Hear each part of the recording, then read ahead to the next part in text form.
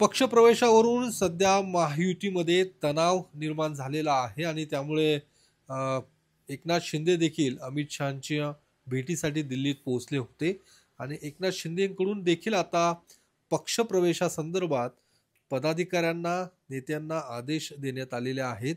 या सगळ्या संदर्भात बोलण्यासाठी आता आपल्या सोबत आहेत रवींद्र धंगेकर. अ, धंगेकरजी काय नेमकं तुम्हाला आदेश आहेत एकनाथ शिंदेचे पक्षप्रवेशासंदर्भात ज्या पद्धतीने एक तणाव सध्या महायुतीत पाहायला मिळतो त्या सगळ्या पार्श्वभूमीवर?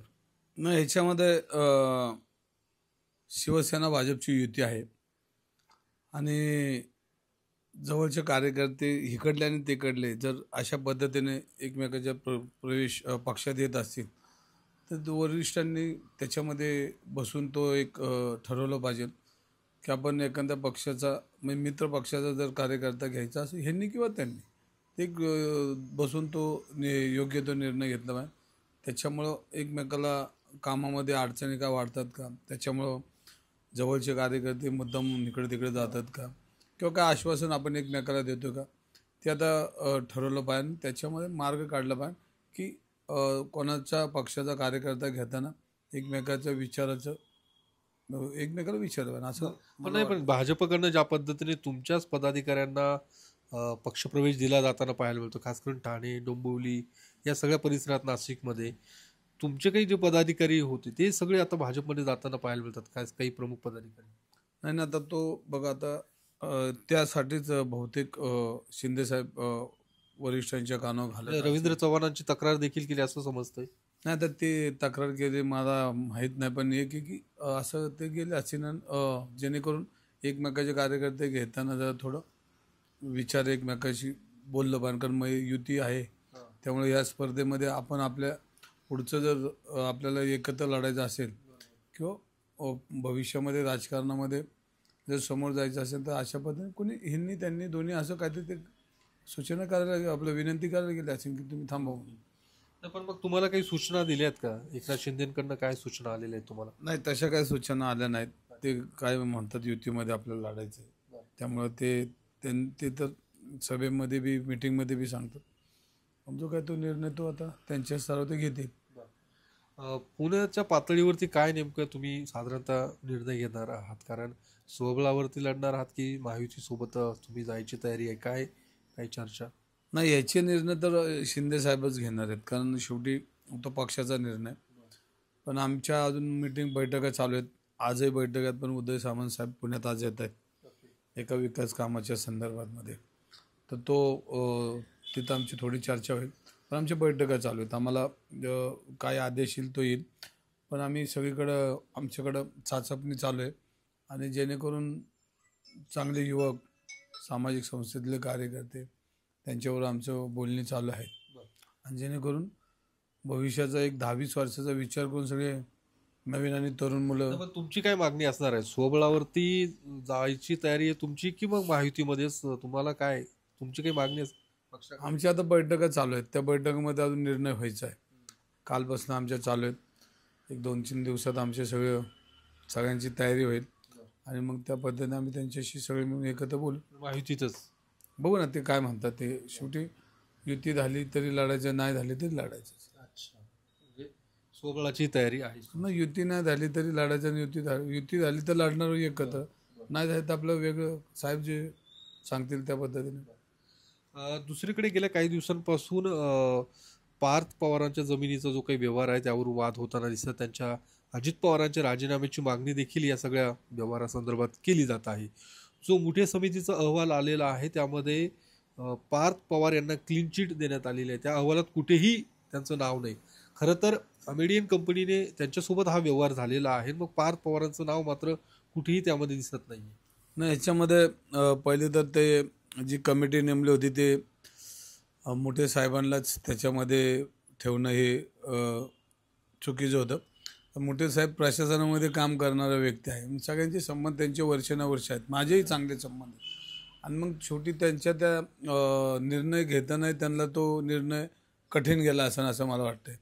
त्यामुळं जे काय करायचं होतं ते मुख्यमंत्री साहेबांनीच त्याच्यावर योग्य ते निर्णय घ्यायला होता आणि एखादा रिटायर जज असेल किंवा अशा पद्धतीने त्यांच्याकडूनच शक्यता त्याची तपास करायला पण होता. अच्छा, म्हणजे तुम्ही तशी मागणी करतात की रिटायर्ड जजने या संपूर्ण व्यवहाराची चौकशी करावी? मला असं वाटतंय, मागणी नाही करत, मला असं वाटतंय की असं करायला पाहिजे होतं. अच्छा. म्हणजे जे काही मुठे साहेब आहेत म्हणजे राजेंद्र मुठे आहेत त्यांच्यावरती दबाव होता असं तुम्हाला काही म्हणायचंय? नाही तर बघा तुम्हाला सांगतो की ह्याच्यामध्ये पारदर्शकता आणि विश्वास अजून वाढला असता. म्हणजे पार्थ पवार त्यात नसतील तर अजूनही विश्वास लोकांचा वाढला असता आणि लोकशाहीवर विश्वास राहिला असता किंवा ह्या प्रक्रियेवर विश्वास राहिला असता. पण त्याच्यामध्ये ते दिसत नाही. मुठे साहेबांचं म्हणजे ते माणूस त्यांच्या कामात तो हे हॅपी आहे, म्हणजे चांगलं काम करतो. पण ह्याच्यामध्ये ते आता दडपणाचा तो अहवाल त्याला ठेवायला लागला असतं. शेवटी प्रशासनाला नेत्यांची गरज असते आणि प्रशासनाला तुम्हाला माहिती आहे की शेवटी नेते सांगतील तेच करावं लागतं. तो थोडं एक संशयाचं वातावरण सगळीकडेच, माझ्यासही सगळ्यांकडे. अच्छा. तर पार्थ पवारांना वाचवलं जाते असं देखील म्हटलं जातं. ना आता ह्याच्यामध्ये मी तेच म्हणलो की ह्याच्यामध्ये जे मोठी समिती होती ते मोठेच समितीतच नको होते, दुसरं कोण पाहिजे होतं. सरकारवर अजून विश्वास वाढला असता, जो निर्णय आला असता त्याचा. अच्छा. नाही, अंजली दमानिया देखील सातत्याने या सगळ्या प्रकरणाच्या समजा काही दिवसांपूर्वी ते जमिनीची पाहणी करण्यासाठी देखील आल्या होत्या. आता ते खारगे समितींना देखील भेटणार आहेत आणि कागदपत्र देणार आहेत. पार्थ पवारांचं लोकेशन ट्रेस करा असं देखील म्हणतात, त्यांच्यावर गुन्हा दाखल करा. अजित पवारांनी देखील ही चौकशी पूर्ण होईपर्यंत राजीनामा द्यावा असं अंजली दमानिया यांचं म्हणणं आहे. तुम्हाला वाटतं त्यांच्या ज्या काही मागण्या आहेत ते योग्य आहेत? नाही, लोकशाहीमध्ये सगळ्यांना अधिकार आहेत. सगळ्यांनी आपली बाजू मांडणं हे लोकशाहीचा मोठा आधार आहे आपल्या देशामध्ये. आणि जर लोकशाहीमध्ये जर एखाद्या मागण्या जर त्या नागरिकाच्या असेल तर त्यांनी सरकारने त्याची दखल घेतली पाहिजे. आता त्याच्यामध्ये तथ्य किती तथ्य नसेल किंवा असेल हे दोन्ही बाजू तपासल्या पाहिजे त्यांच्या. अच्छा, म्हणजे अंजली दमानियांच्या मागण्यांचा सरकारनं विचार केला पाहिजे. दोन्ही तपासलं पाहिजे, योग्य अयोग्य, आणि दोन्ही तपासून तो जो काय पुढं जायचे ते जातील. दुसरं की गेल्या काही दिवसांपासून पुणे शहरात नवले ब्रिज चर्चेत आहे. तो अर्थात ज्या पद्धतीने अपघात त्या ठिकाणी होत आहेत.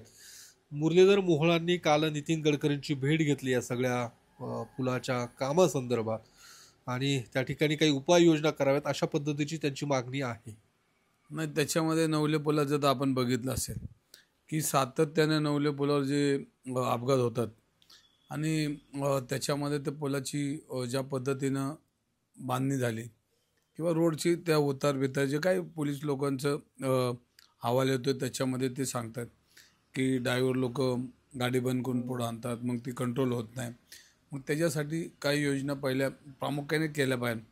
नेते येतील जातील तो तर ह्याचा अभ्यासाचा भाग आहे, पण तत्पूर्वी आत्ताच ताबडतोब त्याच्यामध्ये काही निर्णय घेता आले तर पोलिसांच्या लेवलवर घेतल्या पाहिजे. आणि तसं एखादी तज्ज्ञ माणसाची कमिटी नेमून त्याच्यामध्ये कायमचाच ह्याच्यामध्ये तोडगा निघाला पाहिजे. कारण ते आता आपण पुण्यात राहून दर आठवड्याला नवले ब्रिज आणि अपघात हे समीकरण झाले आणि सगळ्यांनीच मिळून म्हणजे त्याच्यावर काम केलं पाहिजे. आणि नाहक बळी जातात. काल आपण तर बघितलं का कुटुंबातले 4-4, 5-5 लोक एका दिवशी जातात. म्हणजे आणि आपण एवढ्या वाहतूक व्यवस्थेवर, रस्ते बांधणीवर प्रचंड खर्च करतो आणि आपल्याकडं अनेक तज्ज्ञ लोक काम करतात, मंत्र्यांपासून तर फार त्या खात्याचे सगळे अधिकारी, तरी ते थांबलं पाहिजे. आता हे म्हणजे सगळ्यांच्या दृष्टीने चुकीचं. आपणही त्या रोडने जातोच नेहमी, म्हणजे सगळ्यांसाठी ते धोकादायक आहे. पुण्यातल्या कायदा सुव्यवस्थे संदर्भात तुम्ही सातत्याने बोलत असतात. आता काल परवाच एका डेक्कन परिसरात कोयत्याची गाडी लोक तिथपर्यंत पोहोचवा म्हणजे शहरातल्या अगदी मध्यवर्ती भागात जो काही अतिशय गजबजलेला भाग आहे त्या ठिकाणी एका बारवरती रेस्टॉरंटवरती दरोडा टाकला जात आहे. काय एकूण पोलिसांच्या कार्यक्षमतेवरती प्रश्नचिन्ह निर्माण होते ना. आता आपण नेहमी बोलतो, मी कायम बोलतो, हे पोलिसांचं अपयश आहे. आणि जर एवढं उघड माथ्याने जर कोयते जर कमरेला लावून जर फिरत असतील तर पोलीस मग करतात का, हा परत प्रश्नचिन्ह येतो. एकटे पोलीस आयुक्त करणार का ह्याच्यामध्ये? खालची जी सिस्टीम आहे ह्यांनी जरा थोडं चौकीच्या पोलीस स्टेशनच्या AC मधनं बाहेर आलं पाहिजे. एखाद्या गोरगरिबाला त्रास द्यायला की इतका प्रचंड त्रास देतात की तो गरीब नंतर शेवटच्या टोकावर येतो की आता मला बाद झालं आहे. आणि मग अशी लोक जर ओपन रस्त्याने जर कोयते घेत असेल आणि सर्वसामान्य नागरिक जर सुरक्षित नसेल तर त्याची जबाबदारी पोलिसांची राहते. शेवटी पोलीस हे कर्तव्य साठीच पोलिसांना शासन सगळ्या यंत्रणा पुरवतं. आणि त्याच्यामध्ये इतक्या म्हणजे पुण्याची बदनामीच होती. पुण्यात लोक यायला घाबरतील विद्येचं माहेरघर आणि या माहेरघरात जर असं जर चालू असेल तर त्याच्यावर कंट्रोल हा आलाच पाहिजे. ह्याच्यावर आपण नेहमीच म्हणतो लक्ष दिलं पाहिजे, लक्ष दिलं, पण ते काय दिसत नाही. ॲक्शन प्लॅन झालं पाहिजे त्याच्यावर. आणि कधीतरी एकदा एक दोन गुन्हेगारांना जरा त्यांच्या जागा दाखवल्याशिवाय मला नाही वाटत की सुधारतील ते. जागा दाखवणं म्हणजे काय केलं पाहिजे? जागा म्हणजे आता पोलीस कायदा आहे, कायदा कधीतरी वापरला पाहिजे आणि त्या कायदे एक दोन जणांना जरा व्यवस्थित जर केलं, कायद्याच्या जर चौकटीत घेतला तर मला वाटतं बऱ्यापैकी जरा वर्ष 2 वर्ष शांतता होईल. दिसला की मग त्याच्यावर ॲक्शन, दिसलं की ॲक्शन. पण ते गुन्हेगारांना लाल कार्पेट असते चौकीत. त्याला जुने संबंध असतात, मग देणं घेणं असतं, देवाणघेवाण असते आणि मग देवाणघेवाणीमध्ये मग मैत्री वाढते. मैत्रीतून मग पुढं काय जातच नाही. ते कंट्रोल काहीतरी केलं पाहिजे त्याला, कारण आता सण होत नाही, इतकं लोकांना त्रास होतो त्याचा. या सगळ्या याच्यात पुण्यामध्ये एक धक्कादायक प्रकार समोर आलाय, तो अर्थात 16 रुग्णांना कडाक्याच्या थंडीत बाहेर बसवण्यात आलेला आहे, जे ससून रुग्णालयातून एका सामाजिक संस्थेनं, एक अनाथ आश्रमाने ते घेतले. दादासाहेब गायकवाड असं त्या व्यक्तीचं नाव आहे आणि ते सध्या घोरपडी परिसरामध्ये उघड्यावरती अशा पद्धती थंडीत बसलेलं पाहायला मिळतात गेल्या महिनाभरापासून. या सगळ्या घटनेबद्दल तुम्ही कसं पाहता? काय साहेब काय झालं होतं ससूनला 16 लोकांचं? 16 लोक कुठले? ते दादासाहेब गायकवाडनी लोक नेली ती.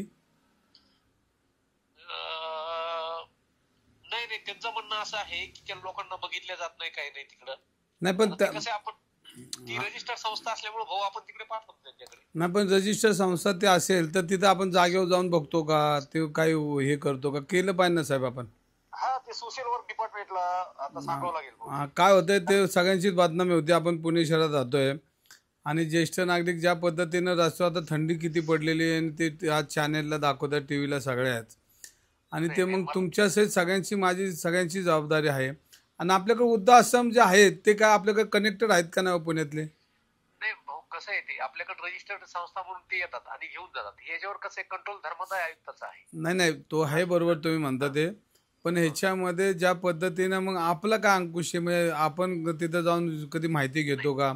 आपण त्याचा रिव्ह्यू घेतो ना भाऊ, की किती आहेत लोक, काय हे असं. पण आता कसं झालंय, आता ही घटना झाल्याच्या नंतर भाऊ आता काय झालंय, हे आता पोस्ट घटना असंच म्हणून लागेल. दादासाहेब गायकवाड आयुक्ताचं काम आहे कंट्रोल, म्हणजे सोशल वर्क जे आहे ना डिपार्टमेंटचं. हा, तर काय हे सगळं तुम्ही बघताय? तर ह्याच्यामध्ये वरती जबाबदारी झटकण्याचं काम नाही ह्याच्यामध्ये पहिल्यांदा तुम्हाला मी सांगतो, ह्याच्यामध्ये धर्मदायित्वांकडे याची नोंद आहे का? आणि धर्मदायित्वांकडे किती संस्था ह्या वृद्धाश्रमच्या रजिस्टर आहेत का? पहिली गोष्ट, यांना सरकारने काय अनुदान दिलंय का? दुसरी गोष्ट, यांना काही जागा दिल्यात का? ह्याच्यामध्ये त्यांना काही सुखसोयी दिल्यात का? आणि त्या ठिकाणी बेवारस जे ज्येष्ठ नागरिक आहेत ह्यांच्या किती त्याच्यामध्ये एंट्री आहेत ह्या बघायला लागतील. कारण हे जर नाही बघितलं तर धर्मदायित्व देवस्थानच्या जागा विकण्यातच अडकून पडलेलं आहे सगळं धर्मदायित्व. तर धर्मदायित्वमध्ये जे असं कोणीतरी ह्याच्यामध्ये त्याची माहिती घेतली पाहिजे, जेणेकरून ह्या ठिकाणी आपण काही ठिकाणी आपण दवाखान्यात ते जे धर्मदायित्वाला जॉईंट आहेत तर त्याची जे उघडकीस येते, 4 जागा आहेत, 10 जागा आहेत, 8 सीट आहेत, 8 खाटा आहेत, 10 असं उपचार होतात. पण धर्मदायित्वांकडं जे सामाजिक संस्थेला जे आपण शासन अनुदान देतं, रजिस्ट्रेशन करतं, त्यांना जागा देतं आणि काय अनुदान देतं, ह्या सगळ्या संस्थांचे त्यांनी आता जाहीर केलं पाहिजे. त्याच्यामुळं सर्वसामान्य माणसाला तिकडं माहिती घेता आली पाहिजे. ह्या सगळ्या गोष्टीचा पूर्ण विचार करून अशा ज्या घटना घडतात, आता ते दादासाहेब गायकवाड रजिस्टर असेल मग त्यांना अनुदान आहे ते म्हणतायत, त्यांना जागा नाही किंवा ज्या इमारती ते ठेवत होते त्याचं भाडं वाढ केल्यामुळे मला ते परवडत नसल्यामुळे त्यांनी आता जागेची मागणी त्यांच्याकडे केलेली आहे, धर्मदायित्व महापालिकेकडे. ससूनने देखील हात वरती झटकलेले आहेत, अशा पद्धतीने त्या रुग्णांना आमची जबाबदारीच नाहीये. काय हे सगळं एकमेकांवरती ढकलाढकली किंवा उडवाउडीची उत्तरं दादासाहेबांकडनं पण ससूनकडनं पण दिली जाते? नाही दादासाहेब गायकवाड जो आहे हा एक सामाजिक कार्यकर्ता आहे, मला नाव ऐकून आहे त्याचं. पण त्याच्याकडं काय नसेल तर त्याच्याकडे पेशंट दिलेच नाही पाहिजे. त्यांनी मागणी केली, समजा मी मागणी, पण मी त्यांना अर्धी भाकर खाऊ घालू शकतो का? त्यांना निवारा देऊ शकतो का? दिले की चाललं की घेऊन गेला. मग आता त्याच्याही भावना चांगल्या असतील, पण त्याच्याकडे शेवटी पैसा लागतो, हे सगळी यंत्रणेला समोर जावं लागतं आणि मग त्याला कितपत त्याची कॅपॅसिटी ही शोधली पाहिजे. तिथं मग ब्लँकेट आहेत का, तिथं खाटं आहेत का, तिथं जेवणाचं सात्विक जेवण आहे का, त्यांना गरम पाण्याची आंघोळीला आहे का, ज्येष्ठ नागरिक आहेत ते. आणि मग नेऊन ते एखाद्या ह्याच्यामध्ये पांजरपोळमध्ये जनावरं कशी आणून टाकतात, मग ते तिथेच मारतात. त्यांना बी त्या पद्धतीनं तो ज्येष्ठ नागरिकांचा पांजरपोळ व्हायला नको त्याचा. त्यांनी देखील परत ससूनकडे ते रुग्णांना, कारण की जर त्यांची तेवढ्या तरी व्यवस्था नसताना देखील त्यांनी रुग्ण घेण्याची आवश्यकता नव्हती त्यांच्याकडे. मग जर असेल तर मग त्यांनी ससूनकडे ती पुन्हा रुग्णांना सुपूर्द करण्याची गरज. याच्यामध्ये दादासाहेब गायकवाडच्या चुकीपेक्षा जे सोशल वर्क डिपार्टमेंट आहे ह्याचं ससूनचं, त्यांनी ह्याच्यावर कंट्रोल केला पाहिजे. मग ते करतात काय? जर रवी धंगेकरने 2 पेशंट आहे तर रवी धंगेकरच्या ते करण्याची ताकद आहे का? जर आले ठेवले आणि मग तो पोटतिडकीने काहीतरी त्या थोडं त्यांचं उदरनिर्वाह करत असेल, पण त्याच्यामध्ये ससूनच्या डिपार्टमेंटची गरज आहे. आणि त्याला अनुदान आहे का? मग अनुदान दिलं असेल तर मग त्याला काय कंट्रोल आहे, तिथं जाऊन जेवण चांगलं होतं का, सगळ्या गोष्टी बघितल्या पाहिजे ना.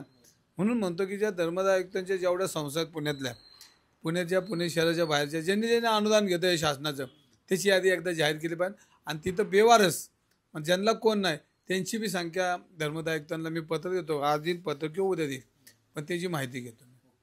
तर रवींद्र धंगेकर यांनी या सगळ्या मुद्द्यांवरती आपले भाष्य केलेलं आहे. ज्या पद्धतीने जो प्रकार पुण्यात समोर आलेला आहे की 16 ज्येष्ठ रुग्णांना अशा पद्धतीने वाऱ्यावरती सोडण्यात आलेलं आहे अगदी कडाक्याच्या थंडीत.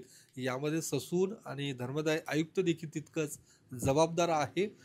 या संदर्भात धर्मदाय आयुक्तांनी देखील जबाबदारी घेण्याची गरज आहे. त्यामुळे या संदर्भात रवींद्र धंगेकर पत्र देखील देणार, त्याचा पाठपुरावा देखील करणार, असं धंगेकरांचं म्हणणं आहे. कॅमेरामन अभिजित पिसेसह योगेश बोरसे, TV9 मराठी, पुणे.